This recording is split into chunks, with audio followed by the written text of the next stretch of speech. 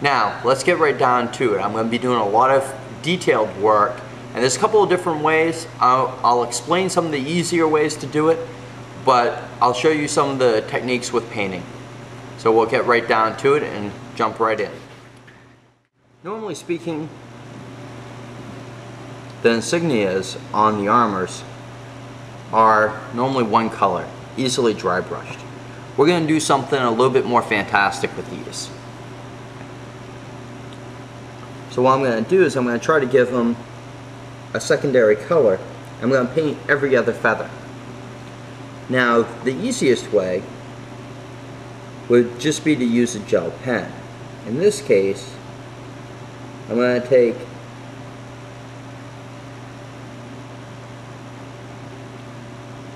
a brush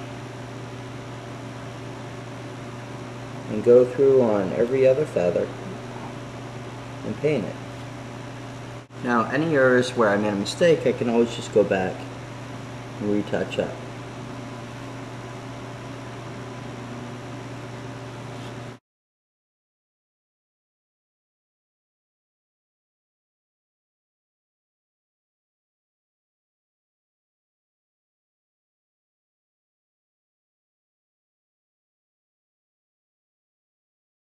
Remember, anytime that you use an extremely sharp object, you always want to be very careful. If you're very young, get your parents' permission first.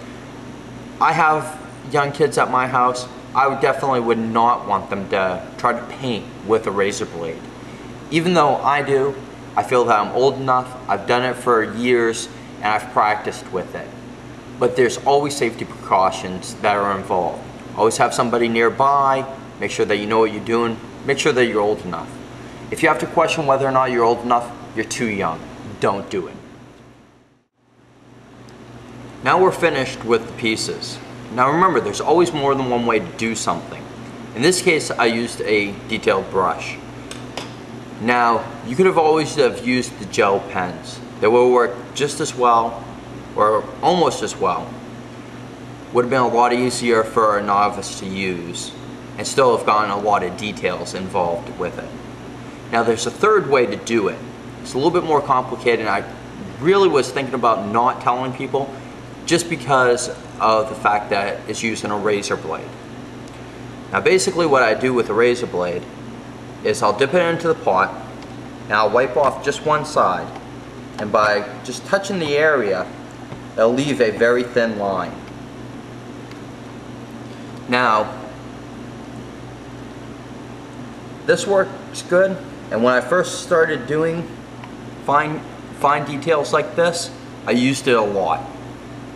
Normally I'd use a single-sided razor blade, one that's much larger than this, but I just wanted to show that there is alternatives when you're painting. There's always an alternative when you're painting.